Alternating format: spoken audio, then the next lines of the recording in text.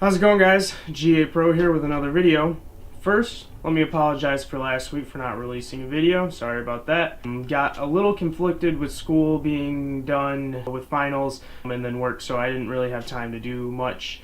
My idea was to do a updated video on my last Betaflight video, which is what's going to happen this week. Plus, I'm actually going to release another video. I'm not going to tell you what it's about. It'll be released shortly after this one is. Give you a 2-for-1 this week. So, the first thing I want to hit in this video is some Christmas gifts. It's Christmas this weekend, so what did I get and what will this be leading to towards next year?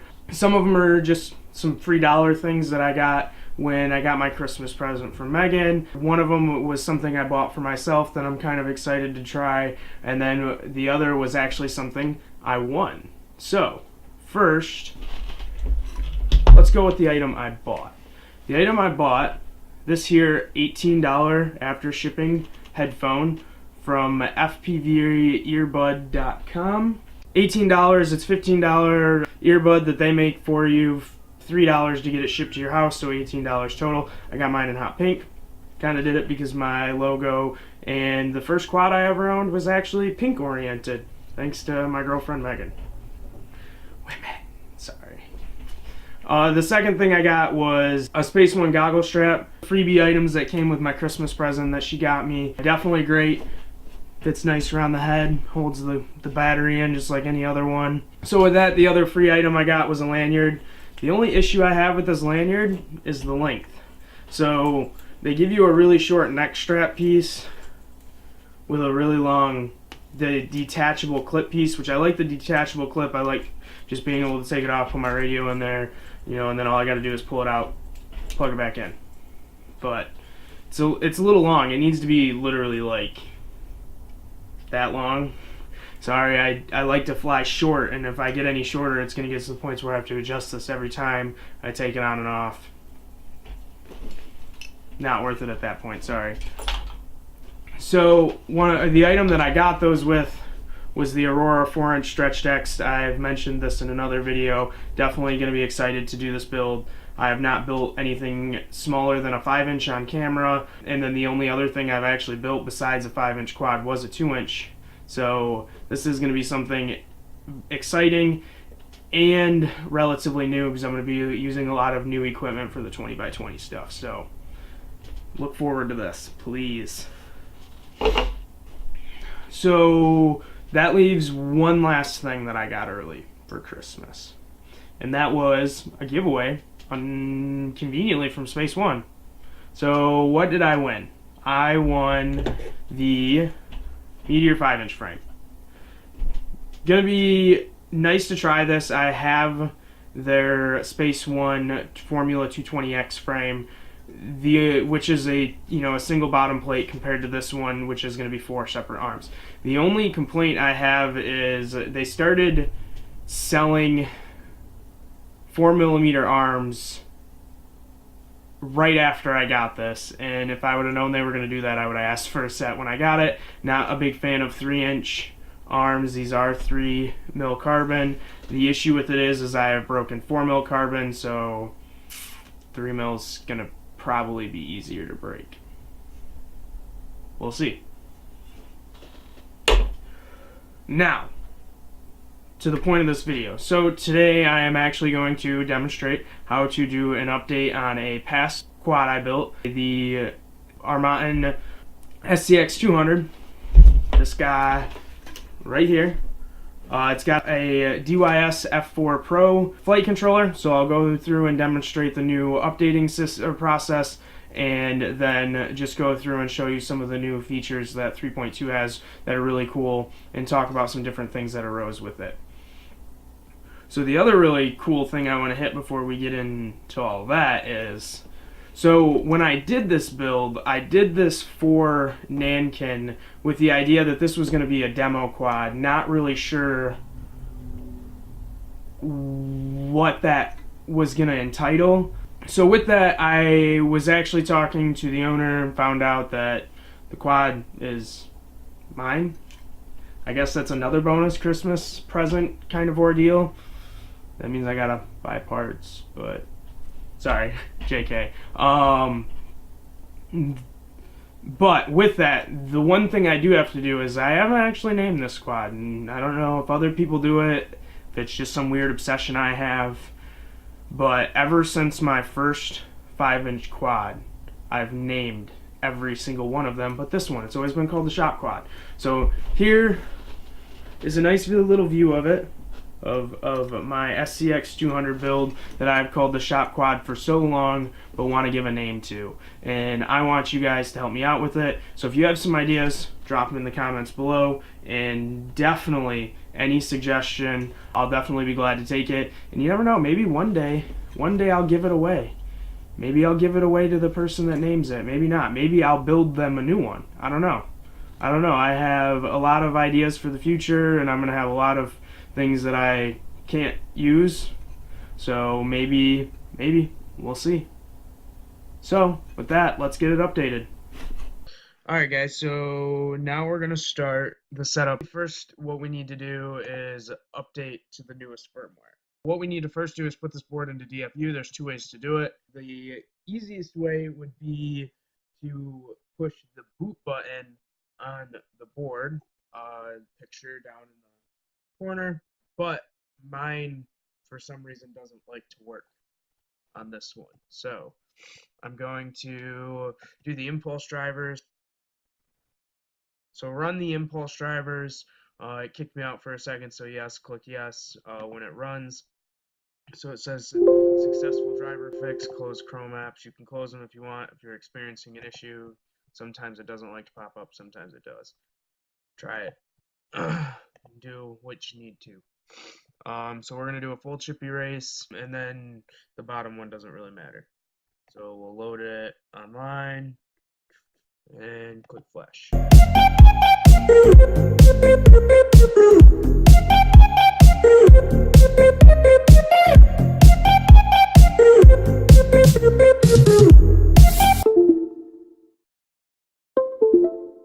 Alright, so now we're reconnected. We'll see a COM port up here, not necessarily 4, but any number is fine. And go ahead and click connect. So the first thing we want to do is make sure there's movement, which there is, that's good. Second thing we want to do is come here, look up here, and move the quad. Make sure there's movement, which there is, so we should be good. So we'll start by running down the orders.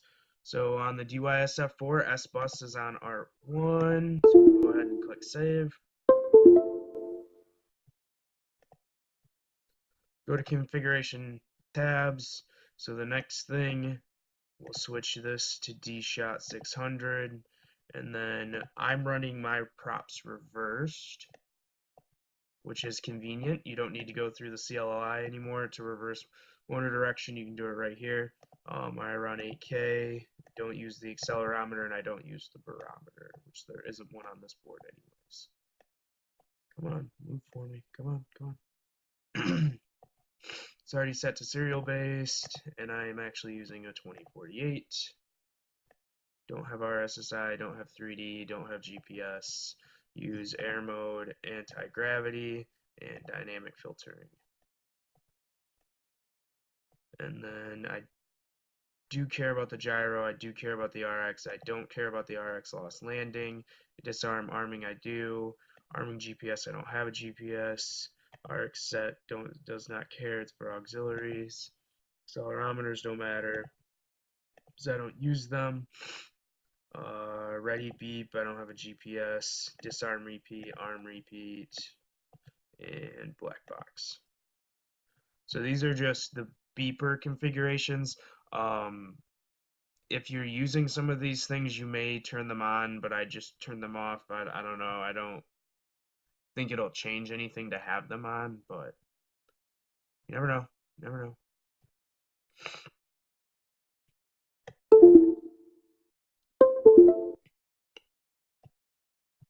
Double check that because it said failed. Okay. The other thing is I'm going to call this quad. So if you have the craft name and you can't figure out where it's at, it is in the configuration tab. and you type it right here. So in OSD, if I display the craft name, this is what will show up.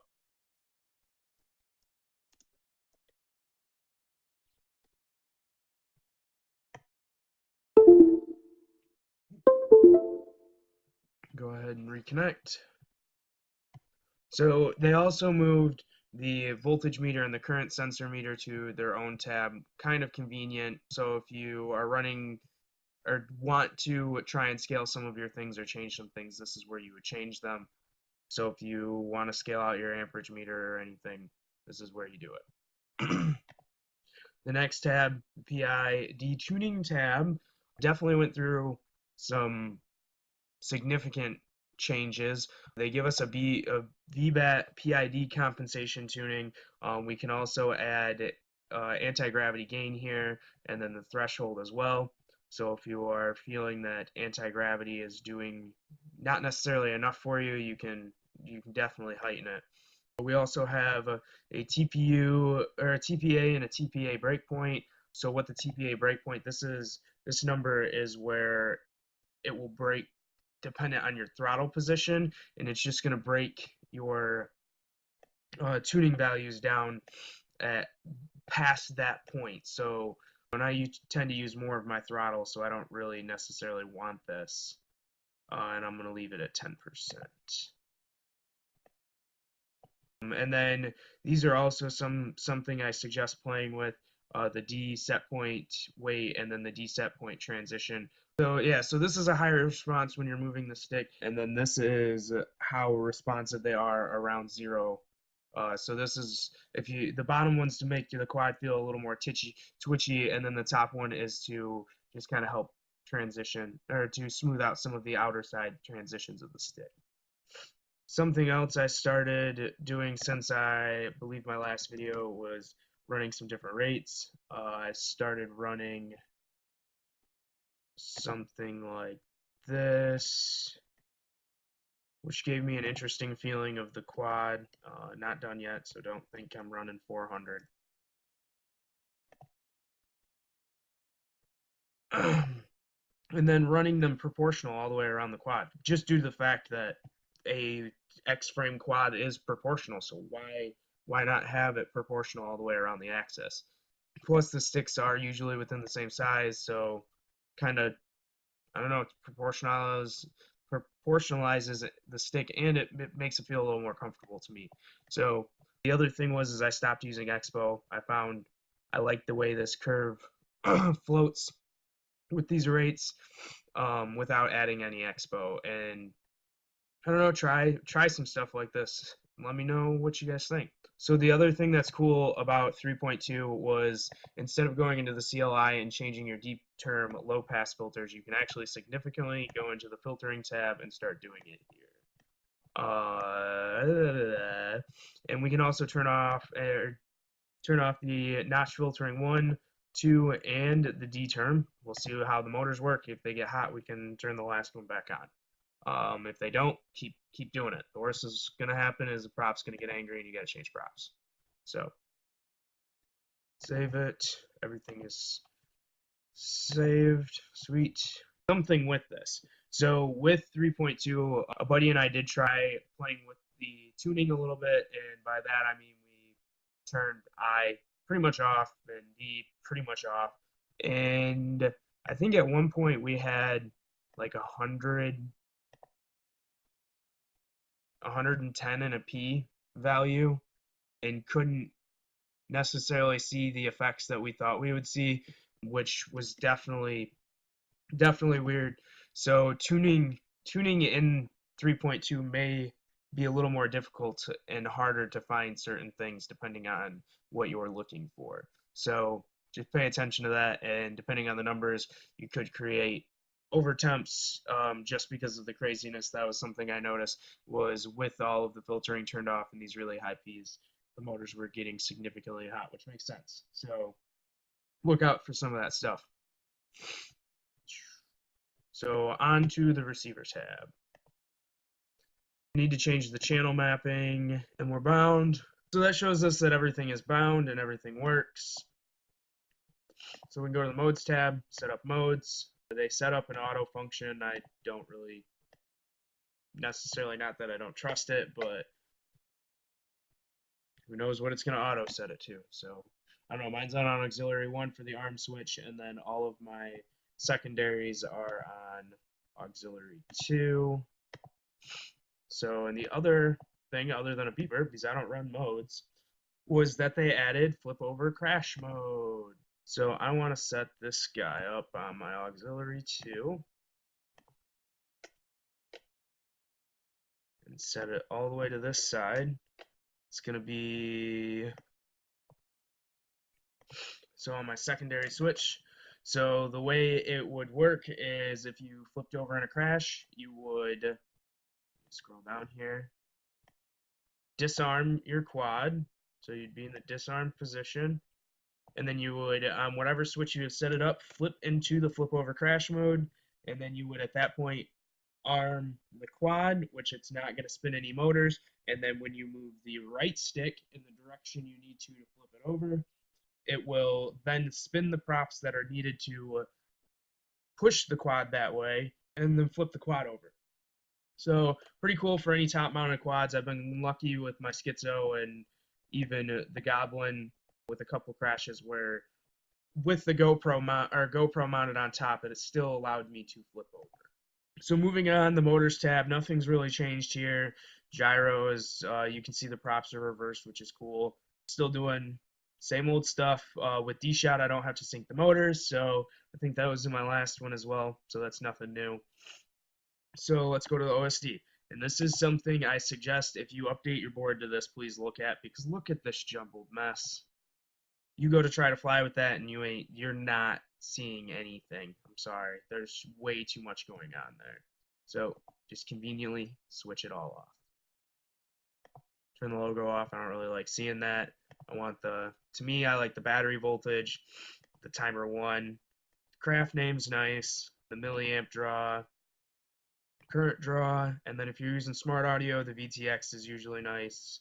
If you're using the accelerometer, some people like the pitch degree or the pitch angle. You can do main battery usage, future stuff for people using 32-bit or easy ESC temperature and RPMs. That'll definitely be awesome when that stuff comes out or is, around a little bit more, I would say. Plus, I'm not really a telemetry user, so I don't really care about any of that. Sorry.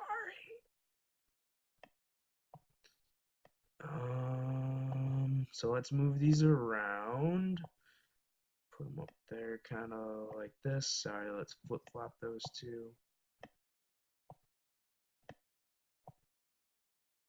Get this craft name, probably right there. You want one as total arm time. And then we can also change our post-flight statistics. So I don't have the speed, so I can turn that off. I don't have our SSI, so I can turn that off. Those are, minimum battery usage. I'll see the minimum that the battery hit, the max current, and then the used milliamps. I don't have a black box. I'm not using Tama 2, but I will show both of them. And then black box log number 1. Then go ahead and hit save.